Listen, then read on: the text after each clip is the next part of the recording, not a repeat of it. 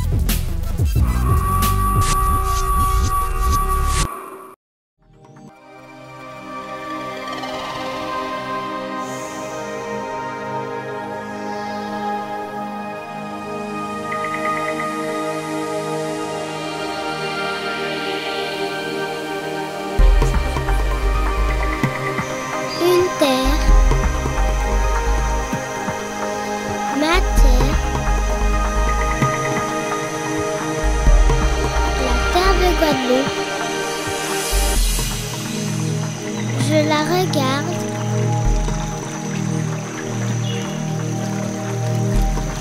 Je la découvre. Je la protège. Chaque jour, les agents du Parc national de la Guadeloupe veillent à préserver la richesse de la biodiversité de l'archipel guadeloupéen.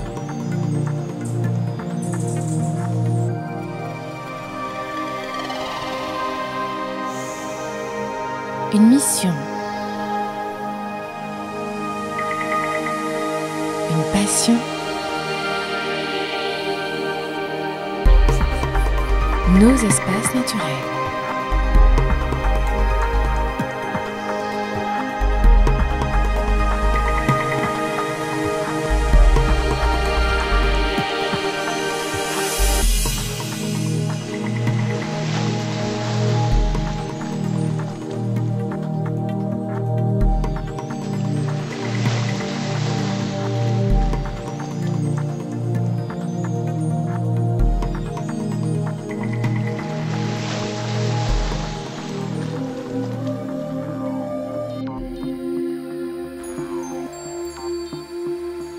Voici le sommaire de ces espaces naturels. La restauration écologique du littoral, c'est donc notre sujet aujourd'hui. Notre littoral est un espace très convoité et par conséquent très menacé.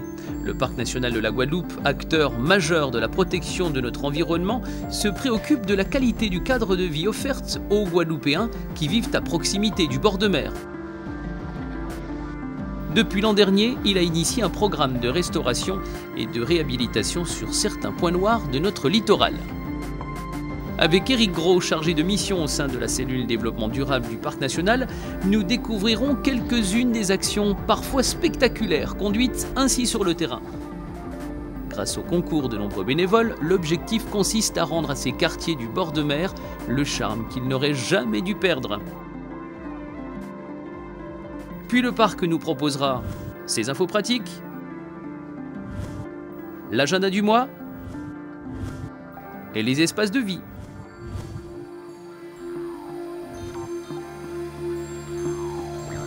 Thème du jour donc, la restauration écologique du littoral.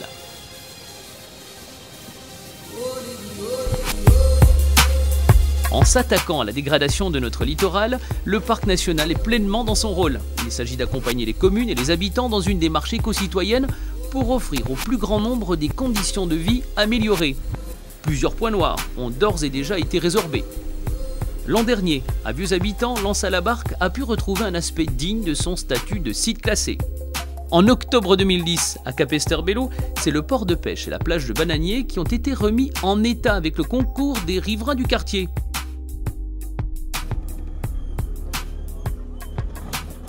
Plus récemment, à Bouillante, grâce à l'effort de tous, plus de 1000 tonnes de carcasses de voitures, d'encombrants et des détritus de toutes sortes ont été éliminés à l'embouchure de la rivière Losto. D'autres opérations du même genre ont été réalisées ou sont encore en cours de réalisation, comme à Morne-à-l'Eau ou à Goyave par exemple. Lui, c'est Éric Gros, chargé de mission au sein de la cellule développement durable. Éric Gros, en quoi consiste ce programme de restauration écologique initié par le Parc national? Sur la base d'une dizaine de sites validés par le conseil d'administration du Parc national, nous proposons aux municipalités de nous associer pour réaliser des actions éco-citoyennes, partenariales et médiatisées. Éco-citoyennes, car il s'agit de proposer aux citoyens, aux habitants de ces communes, une opération en faveur de l'environnement. Partenariale, car l'idée est de mobiliser le maximum d'associations, d'entreprises, de services publics, notamment les services techniques des communes, pour réaliser ensemble ces opérations. Médiatisée, car nous sollicitons le concours de la presse écrite et de la presse audiovisuelle pour nous aider à faire passer des messages pédagogiques et de sensibilisation auprès de la population. Et quels sont les secteurs ou les communes concernées par ce programme?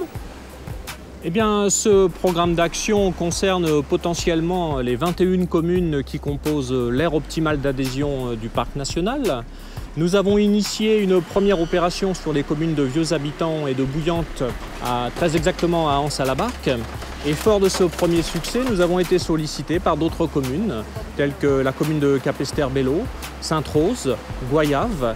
Nous initions très prochainement une opération de ce type à Sainte-Rose et nous espérons que les autres communes de l'aire d'adhésion du parc nous solliciteront également.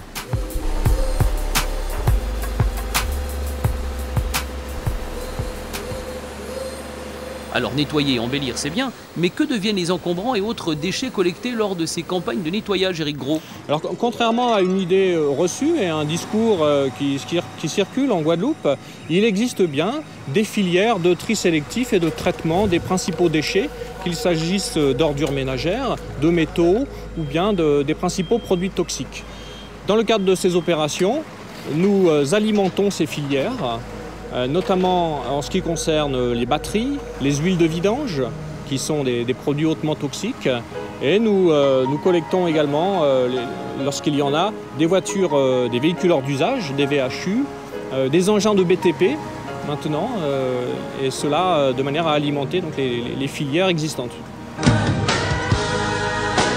Ces actions démontrent que le Parc national est bien devenu un acteur majeur du territoire. Ses responsables ont choisi de s'engager aux côtés des communes dans leurs actions en faveur de l'environnement. Ces opérations de restauration du littoral sont de bons exemples de ce que l'établissement public est en mesure d'apporter aux communes qui le souhaitent, dans le cadre de la charte du territoire actuellement en cours d'élaboration.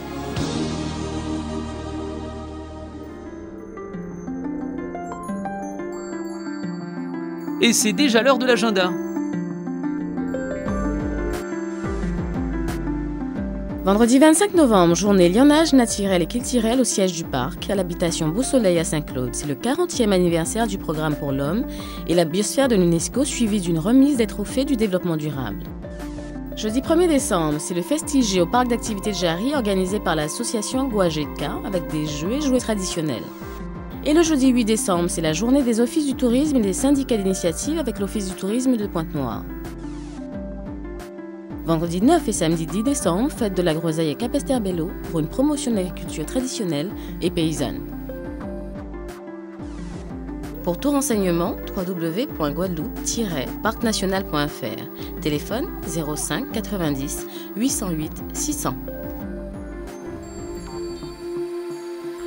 On vous laisse aux commandes des espaces de vie.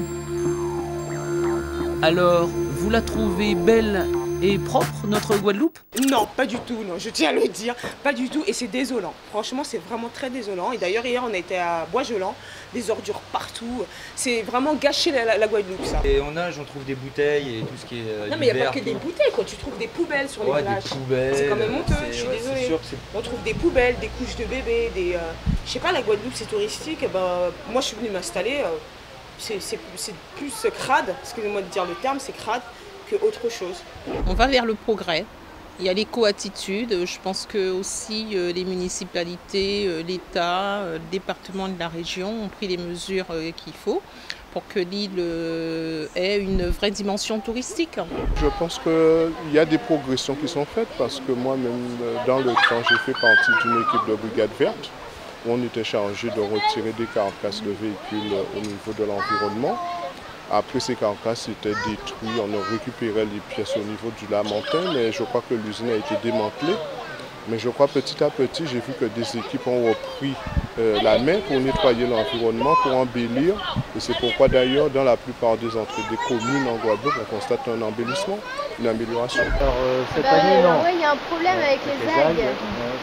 Par rapport aux autres années où elles n'existaient pas, c'est vrai que a priori c'est un gros souci cette année. Et il y a encore certains endroits où au niveau des fécules, etc., vers la pointe des châteaux, notamment quand on est allé, il y a encore des progrès à faire au niveau des ordures ménagères, je pense. Ça aurait dû être le devoir de la population, quoi, de tout le monde, de ne pas attendre sur certaines organisations pour nettoyer, je veux dire, de l'État ou etc. Quoi. Ça aurait dû être la tâche de tout le monde, quoi. Je trouve quand même qu'il y a une amélioration, mais je pense aussi qu'il faut qu'il y ait un gros travail au niveau des gens, quoi, que les gens prennent conscience que, voilà, que la plage elle est pour tout le monde et qu'il faut la respecter. Parce que quand on voit des canettes ou des emballages qui traînent sur la plage, c'est vrai que c'est pas super agréable.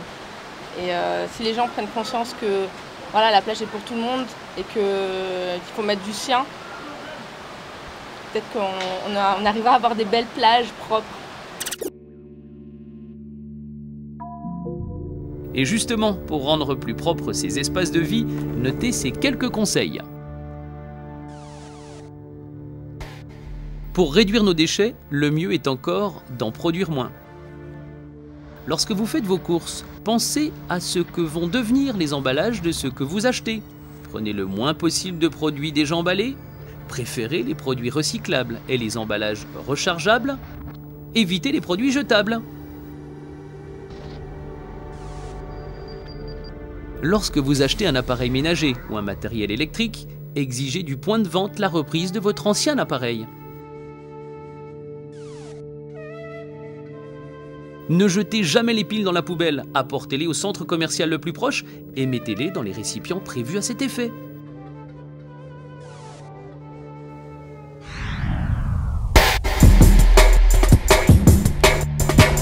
Fin de la promenade dans nos espaces naturels. Et si vous voulez que nos enfants puissent en profiter encore longtemps, vous savez déjà ce qu'il vous reste à faire. Protégez-les et ne jetez rien. À bon entendeur. Salut!